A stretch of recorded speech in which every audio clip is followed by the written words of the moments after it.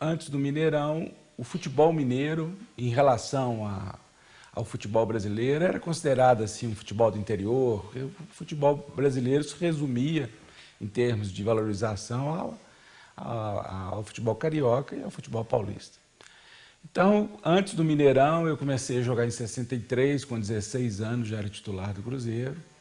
Como todo jovem, tive um período, né, de irregular, né, e depois foram surgindo outros jogadores jovens no Cruzeiro. Aí chegou o Piazza, depois chegou o Dirceu Lopes, Natal, mais ou menos todos da mesma idade, o Piazza um pouquinho mais velho.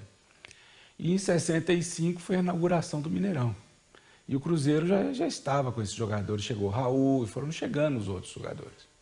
Então em 65 foi a inauguração do Mineirão e coincidiu com a inauguração do Mineirão do aparecimento do time do Cruzeiro. Então o Cruzeiro começou a se destacar, fomos campeões em 65 e começou a ganhar de todo mundo com uma certa facilidade, um time cada vez melhor, crescendo. Era eu, Piazza, Dirceu, Evaldo, não, Evaldo chegou depois, Natal, Raul, aí chegou Hilton de Oliveira, e o time crescendo. Em 66, o Cruzeiro, todo mundo já começava a falar, tem um time lá de Minas que é um time muito bom. As tardes de domingo em Belo Horizonte nunca mais seriam as mesmas. Nem um ilustre morador delas seria o mesmo. Quando chegou em 66, na Taça Brasil, que era o campeonato principal do futebol brasileiro, eram os campeões de cada estado disputavam o título da Taça Brasil. E o Cruzeiro ganhou de quase todo mundo, todos os jogos, invicto, chegou até a final com o Santos, que era considerado o melhor time do mundo, com Pelé, Zito, Gilmar, Carlos Alberto, aqueles cracaços todos. Então, foram 2 jogos inesquecíveis contra o Santos, né? O Cruzeiro ganhou em Belo Horizonte 6-2, uma coisa absurda, assim, o Brasil todo assustou, né? No primeiro tempo já estava 5-0 para o Cruzeiro. E o segundo jogo em São Paulo, o Santos ganhava o primeiro tempo de 2-0, no segundo tempo o Cruzeiro virou o jogo, ganhou de 3-2, bastava um empate e foi campeão da Taça Brasil. Então o Brasil todo passou a falar do Cruzeiro. Então o prestígio do Cruzeiro, que tinha começado com o Mineirão, teve aí o seu apogeu, né? O Brasil todo só falava no Cruzeiro como o melhor time do Brasil, como um time espetacular, com jogadores jovens. E eu fui convocado para a seleção brasileira. Na época, isso era um jogador fora do Rio e São Paulo ser convocado, era uma coisa inusitada. E com isso, a torcida do Cruzeiro cresceu junto. Não só a torcida de Belo Horizonte, mas principalmente do interior de Minas. Então, o interior de Minas Gerais, que torcia para o futebol do Rio e São Paulo, acompanhava o futebol do Rio e São Paulo, não acompanhava o futebol mineiro, o interior de Minas ficou deslumbrado com o Cruzeiro. Então, os jogos do Cruzeiro no Mineirão chegavam caravanas de torcedores do estado todo para ver o jogo. Enchiam o Mineirão, Cruzeiro e Atlético dava 130, 120 mil pessoas. E o Cruzeiro foi até 70, foi pentacampeão, ganhando tudo. E cada vez jogando melhor. Então a torcida cresceu assustadoramente. O Cruzeiro passou a ser um time, né, conhecido no Brasil todo e até no mundo. O Cruzeiro excursionou para o mundo todo. Então foi uma ascensão assim, espetacular do Cruzeiro, que coincidiu com o Mineirão. O Mineirão as pessoas iam ao Mineirão inclusive as famílias, com os filhos, com todo mundo, era uma festa, o Mineirão, principalmente nos jogos do Cruzeiro. Então o Cruzeiro se tornou um clube nacional, deixou de ser um clube de Minas para ser um clube do Brasil, né? Começou a ter torcedores no Brasil todo. O Cruzeiro ia jogar no Nordeste, os estados enchiam para ver o Cruzeiro jogar. No interior de São Paulo, a mesma coisa, como fosse o Cruzeiro jogasse.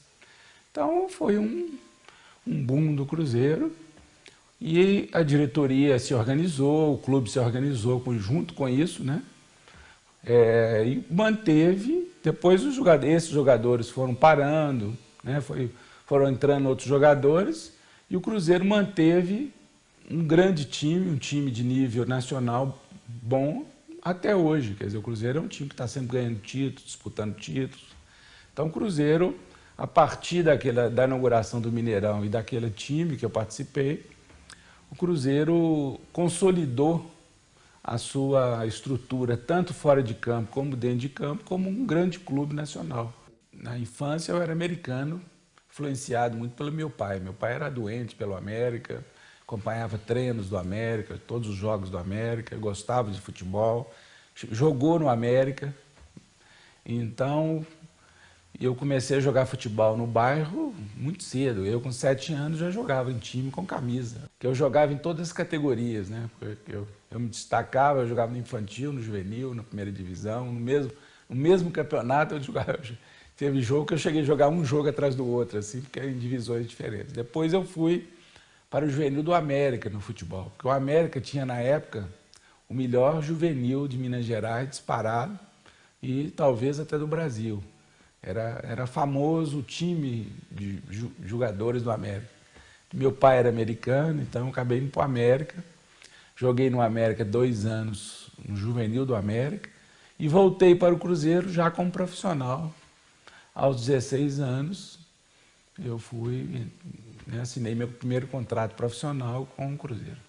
O Maurício de Castro, eu vi jogar muito, era um médico, né, que foi um dos grandes jogadores da história do Cruzeiro. Depois, quando eu cheguei no Cruzeiro, eu peguei alguns jogadores, Rossi, que depois foi jogar no Santos, jogou com Pelé. Eu vim logo depois do Rossi, Geraldino, que também foi para o Santos, que era um grande lateral esquerdo. Tudo na época anterior ao Mineirão aí, que eu vi jogar. Pelau, Paulão, joguei com Paulão no início de minha carreira, né? Dirceu, Elmo, né? São jogadores anteriores. E mais antigo, o Cruzeiro, na história do Cruzeiro, o Cruzeiro teve jogadores inesquecíveis, né? Meu pai dizia que o Bengala foi um dos maiores jogadores da história do futebol mundial. Era um jogador fabuloso, né? Era carnaval em Belo Horizonte. E o Atlético, quando eu era menino, o Atlético ganhava muito. Era o time mais vencedor, era o Atlético. Inclusive, teve um episódio com o Baldo, eu tinha 7 anos, eu fui jogar para o time dos meninos do bairro, no campo do Atlético. E o Baldo era o maior ídolo do futebol mineiro. Ele estava lá assistindo o jogo, eu fiz o gol da vitória para o time do bairro. E o Baldo me carregou assim, foi lá, me abraçou. E foi uma festa, né? O maior jogador de Minas Gerais foi lá me abraçar. E depois a torcida do bairro me carregou até no bairro por causa desse jogo. Foi um jogo assim. Eu acho que ali nasceu o jogador de futebol. Ele jogou até 72, profissional do Cruzeiro durante 9 anos. A única coisa que faltou ao Cruzeiro nessa época, de 65 a 70, foi ganhar um grande título internacional. E isso, o motivo principal disso é que, primeiro, que os times da América do Sul, do Uruguai, da Argentina, eram times espetaculares. Peñarol, Nacional, eram campeões do mundo, assim, rivalizavam com o Santos, né? Na Argentina, os mesmos, a mesma coisa, né? Rio, Boca, Racing, todos os times eram muito fortes, independentes, foi campeão mundial várias vezes. E o time do Cruzeiro era um time que, de repente, começou a jogar no mundo. Então, era um time jovem, jovem e inexperiente. Então, o Cruzeiro, nós não conseguimos ser campeões da Libertadores na época, que foi assim um pouco injusto, porque o time do Cruzeiro era o melhor da América do Sul, mesmo o Peñarol Nacional, com grandes times. Eu lembro, por exemplo, um jogo que era na semifinal, Cruzeiro e Nacional decidindo a vaga no Uruguai. Um jogo inesquecível, porque foi um jogaço. O Cruzeiro jogou demais. O goleiro do Nacional era o Manga, que era um goleiro brasileiro, que foi, né, considerado na época o melhor goleiro brasileiro. E o Manga agarrou tudo, né? Foi um jogo que o Cruzeiro saiu aplaudido, apesar de ter empatado a partida.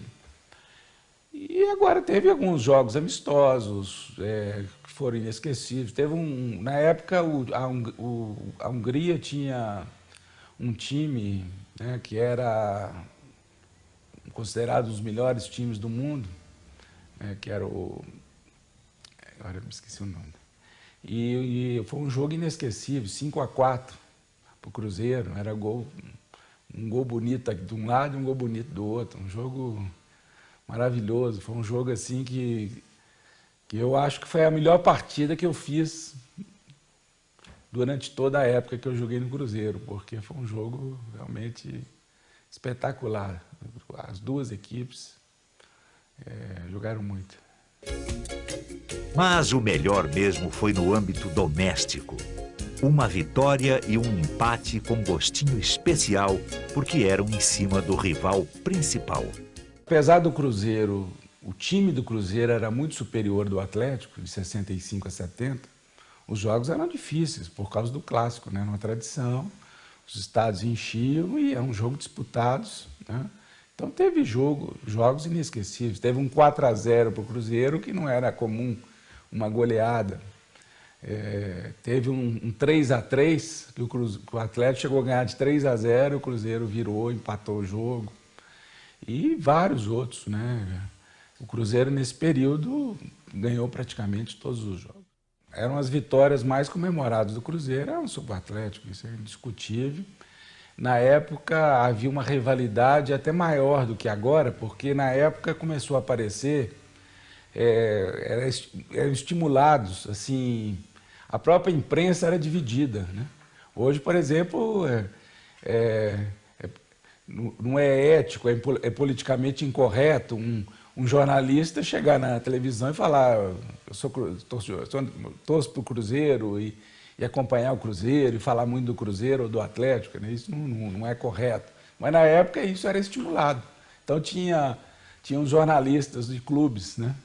E haviam programas, discussões. Isso incendiava a cidade, né? Teve um jogo 4-0 do Cruzeiro sobre o Atlético. Teve um gol que eu dei um drible num jogador do Atlético e caiu. E eu dei o passe para o Wilson Almeida fazer o gol. E no outro dia, esse cronista que tinha uma coluna do Atlético, que era muito lida, né? Era uma coluna do Atlético, do América e do Cruzeiro, uma do lado da outra no jornal, principal jornal de Minas. Ele escreveu que o jogador do Atlético ficou no chão, deveria ter me dado um soco para salvar a honra atleticana. Então, você vê o nível que era a rivalidade, como era.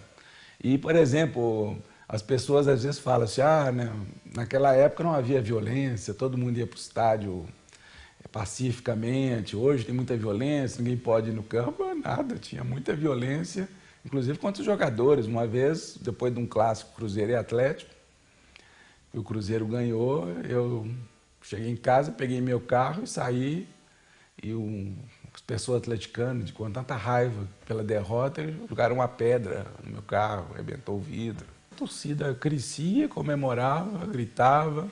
Lembro da charanga do Cruzeiro, que era uma coisa maravilhosa, com o Aldair Pinto, que era inclusive um jornalista, um radialista, que era o chefe da charanga. Então a torcida tocava, era bonito, né? Uma charanga, né? Tocavam músicas de rancho, músicas de carnaval. E apareceram na época hinos do Cruzeiro, e a torcida cantava. Era uma festa muito bonita, né? Uma das coisas mais bonitas do futebol é a festa da torcida, né? Com bandeiras, com a dança, com a música, com o canto, né? E uma das coisas que hoje faltam ao futebol é orquestras, né? Verdadeiras orquestras, né? Dentro do campo, né? Com trombone, saxofone, com instrumentos potentes, né? Hoje não se vê mais isso. Foi um período tão grandioso, né? Que eu tive no Cruzeiro de 65 a 70, quer dizer, eu joguei até 72, de 70 a 72 não foi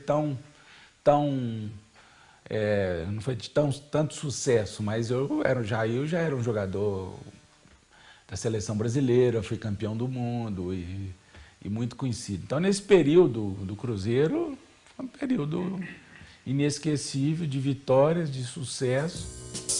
Tostão. Entre seus sinais particulares, a nobreza de estilo. Devia até constar da carteira de identidade dele. Sua marca registrada. Tostão esbanjava a competência. E era artilheiro do time, vivia correndo para os abraços. Mas nos jogos contra o rival Atlético, e isso nem Freud explica, os carrascos eram Natal e Dirceu Lopes. Não era ele.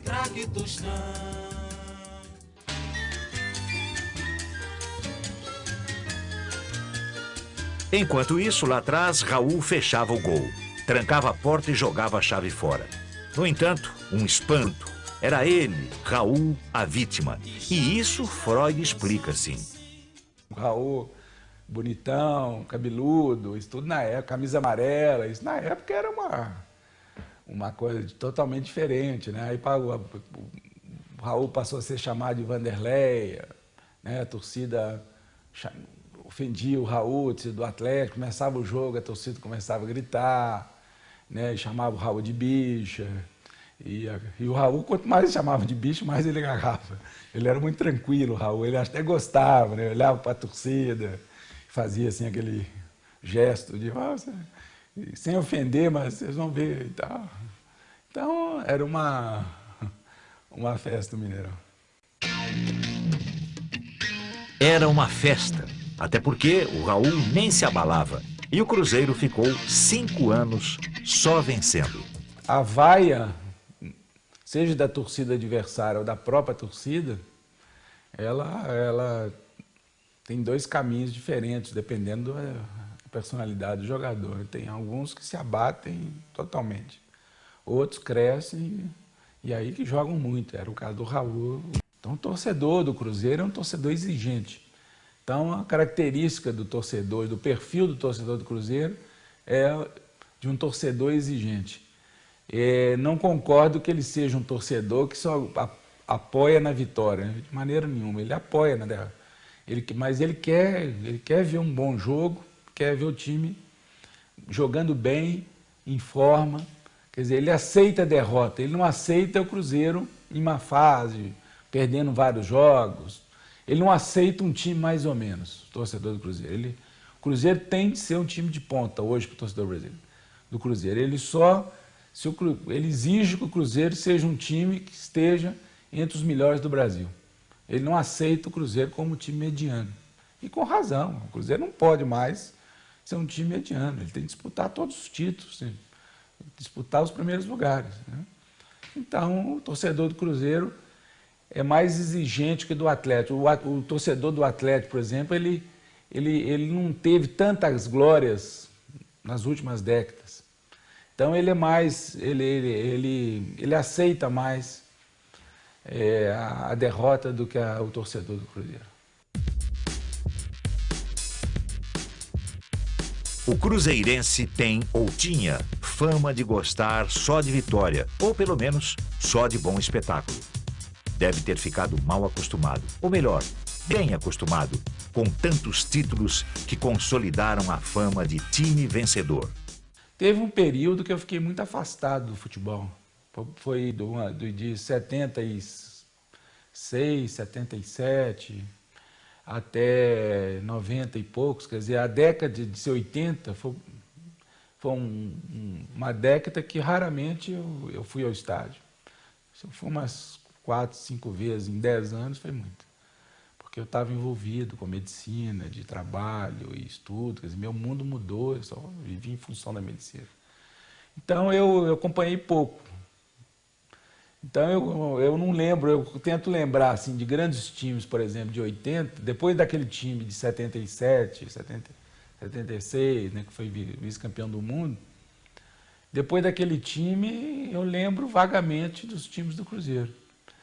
Né, mas não acompanhava de perto, não só do Cruzeiro, como do futebol brasileiro. Né? Eu passei a ver futebol assim, distante, né? Quer dizer, eu li o jornal, o Cruzeiro ganhou, vinha na televisão assim, passando, né? Sem preocupações de entender, de saber detalhes, né? Então, tem um branco aí na minha vida, em que eu, de vez em quando, eu vejo falam fulano, foi um grande jogador da década de 80, por exemplo.